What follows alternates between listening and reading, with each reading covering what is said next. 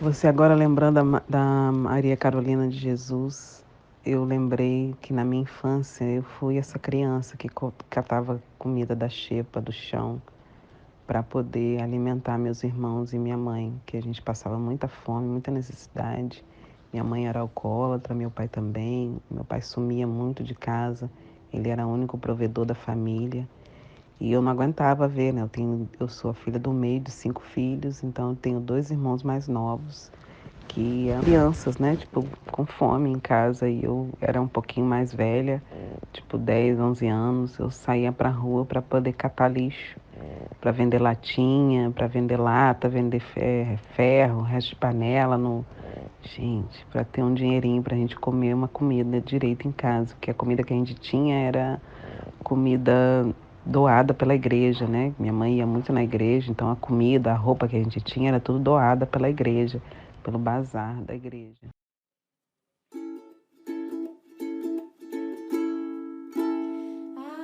Alecrim, alecrim dourado que nasceu no campo sem ser semeado.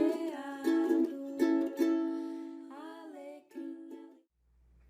Eu acho interessante que quando você está falando dessa questão da sua vivência na feira, né? Sobre a questão da fome, a gente aqui em Natal, no Rio Grande do Norte, tem um bairro que se chama Alecrim e que é onde tem a maior feira popular daqui, do estado. Ela, o bairro foi criado em 1911 e ele é o quarto bairro potiguar oficializado, né? E assim, e antes ele era chácaras, ele era sítios, né?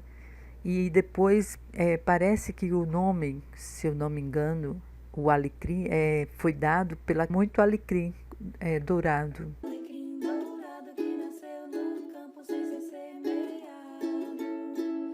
Foi meu amor que me disse assim, que a flor do campo é o alecrim. Foi meu amor que me disse assim, que a flor do campo é o alecrim, alecrim. E aí hoje eu estava me lembrando disso, dessa coisa da fome, né? Direitos humanos, tanto que eu, criança, com meus irmãos já passamos fome. E quando eu me lembrei, aqui falando de feira, me lembrei, toda vez que eu vou na feira eu me lembro disso, né? Que eu era essa criança que ia pro finalzinho da feira para pedir o resto da xepa, né? Ou para pegar exatamente no lixo, cavacar o lixo para achar laranja metade podre, metade boa, mamão metade bom, metade podre. Chegava em casa, tirava o podre, lavava, fazia salada de fruta, fazia suco, fazia um refogado com os legumes. Foi uma parte bem difícil, assim, mas que hoje eu vejo que a gente foi vitorioso, sabe? Graças a Deus. A gente não precisou roubar, não precisou matar ninguém para poder ter o alimento. Venci a vergonha e fui para a rua fazer isso com essa minha idade. Tenho uma irmã mais velha, né, e um irmão mais velho, mas o meu irmão na época era viciado em drogas, então ele ficava sumido direto. E quando aparecia ele em casa era com a polícia para poder buscar ele ou devolver, né? Porque ele tinha roubado alguma coisa ou alguém para poder comprar droga, ou agredia minha mãe, agredia fisicamente ela muito. E essa minha irmã, ela tinha vergonha da gente, então ela meio que sumia também. Ela tinha emprego fixo, mas não ficava com a gente, ela ficava vivendo outra vida sem dar assistência pra gente. Ai, meu Deus, a vida é assim, né? Cheia de história, cheia de reviravolta. Que a flor do campo é o alecrim.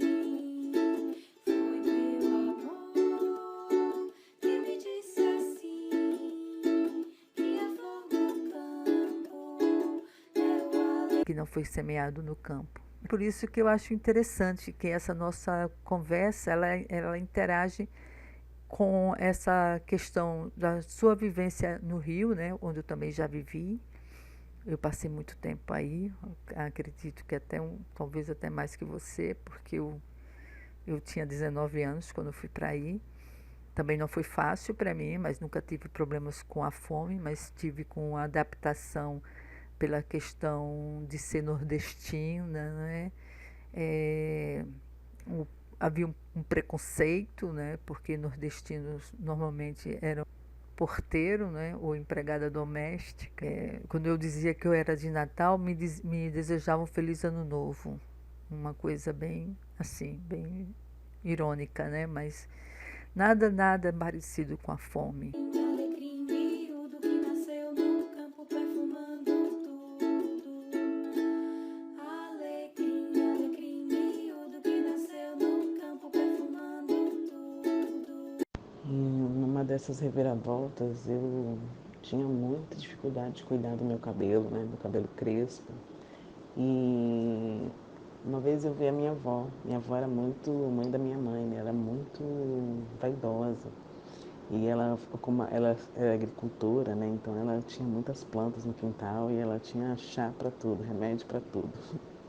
Era chá para dor de barriga, chá para dor de dente, chá para dor de cabeça, para depressão. Ela tinha todas as ervas que ajudavam a curar no quintal de casa, né? Era uma farmacinha que ela tinha no quintal, era bem interessante isso. E aí um dia, ela sentada na porta da cozinha, ela estava macerando, esfregando uma planta dentro de uma bacia e fazendo um caldo verde, assim, dessa planta, né? Então eu perguntei para ela, o que é isso? Ela é alecrim. Estou macerando para passar no cabelo. Eu falei, que legal, né? Porque ela falou que o alecrim era bom para ajudava a cuidar da caspa e fixava a cor da tinta, que ela usava tinta para pintar o cabelo. E eu achei aquilo bem interessante. E depois saí, né? Eu nunca mais falei desse assunto. Logo quando eu completei os meus 15, 16 para 16 anos, eu tive um corte químico, eu resolvi alisar meu cabelo caiu todo. E nesse momento eu fiquei em depressão, fiquei sem saber como é que eu ia cuidar do meu cabelo. E aí me veio a lembrança dela de cuidar do meu cabelo com alecrim, estava no cabelo. E aí o tempo foi passando, meu cabelo continuou ficando lindo, ficou bonito, crescendo. E as pessoas começaram a me perguntar, né, quem é que fazia meu cabelo, quem é que trançava meu cabelo, que achava meu cabelo muito lindo. E eu falava, não, ninguém que faz, sou eu que faço, né.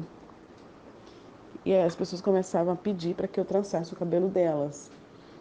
E continuei trabalhando, nunca parei, graças a Deus, nunca parei de trabalhar, porque o meu trabalho acaba sendo um trabalho que as pessoas gostam, que é bem específico, né? Eu trabalho com cabelo e extensão do sistema nervoso, então penso o cabelo, tempo coração, penso o cabelo como planta do corpo e trabalho com esse processo mesmo de resgate da autoestima através do cuidado capilar, fazendo sempre trazendo o cafuné, né, como a movimentação mais específica. A primeira movimentação que a gente usa é sempre o cafuné, cuidar do cabelo como carinho, com carinho, né, para que ele não quebre, não caia, nem sinta esse lugar de ser agredido, né, porque a gente sempre, infelizmente, é acostumado a cuidar do cabelo com agressão, com rapidez, com pressa. E o cabelo da gente, como ele é planta do nosso corpo, então eu trabalho pensando como a plantinha mesmo do quintal, como a plantinha da nossa horta, né, do nosso jardim. Você nunca cuida de uma planta do jardim com pressa, com raiva, ou mexe com a terra com rapidez. A gente está sempre cuidando dessa terra com carinho, com a mão mais delicada, falando com essa planta para ela crescer saudável, né? É todo um processo mesmo de cuidado ancestral para que ela cresça com saúde e dê flores e frutos. Então hoje, depois de 18 anos, eu continuo trabalhando com penteado afro, tenho um trabalho que, graças a Deus, tenho muitos clientes fixos e outros clientes que, graças a Deus, vêm chegando aí, né? Com essa época da pandemia, o fluxo de trabalho deu uma diminuída, porque né, essa coisa do toque, do fica em casa, tem feito bastante efeito aqui para os autônomos, né? Não, eu acredito que não só para mim, para muitas outras pessoas que trabalham com outras pessoas, que trabalham com público, tem sentido esse efeito Então eu vou ensinar agora para vocês como é que faz esse tônico capilar maravilhoso, poderoso para cuidar da caspa, da seborreia e ajudar o cabelo a crescer.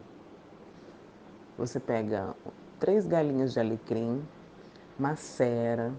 Nesse processo que você macerar é esfregar a planta entre as mãos, né? Pode usar as 2 mãos ou pode usar uma mão só se você tiver força.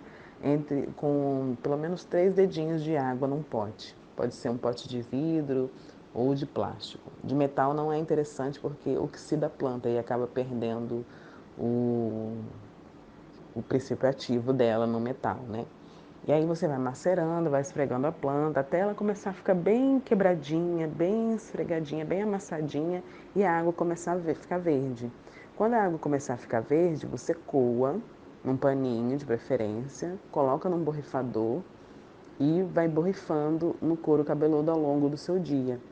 E a partir daí você vai começar a ver o seu couro cabeludo mais frio, mais fresco, né? Você vai ter também um acesso melhor, assim, tipo, sua memória começar a ficar imediatamente, assim, mais o seu pensamento mais leve, a sua memória com o tempo vai começando a ficar mais ativa e depois de mais ou menos um mês você repetindo esse processo do tônico capilar, você vai começar a ver o seu cabelo crescendo mais forte, mais saudável, com menos eletricidade. Isso são os efeitos que o alecrim proporciona no nosso couro cabeludo. Eu amo alecrim. Alecrim é fantástico. É assim, nunca vou parar de fazer essa solução aqui no meu trabalho, porque o que me fez também ganhar respeito dentro da minha profissão, né, diferencial aqui do meu trabalho, que também faz esse resgate com a minha ancestralidade, com a minha avó, com os agricultores da minha família, e faz também eu ter esse lugar bom de reativar minha memória todo dia, todo momento, usando essa planta, esse remédio maravilhoso que é o alecrim. Sábado é dia de feira lá no Alecrim, quem dera comprar um perfume jasmim e botar no pescoço pro meu bem cheirar.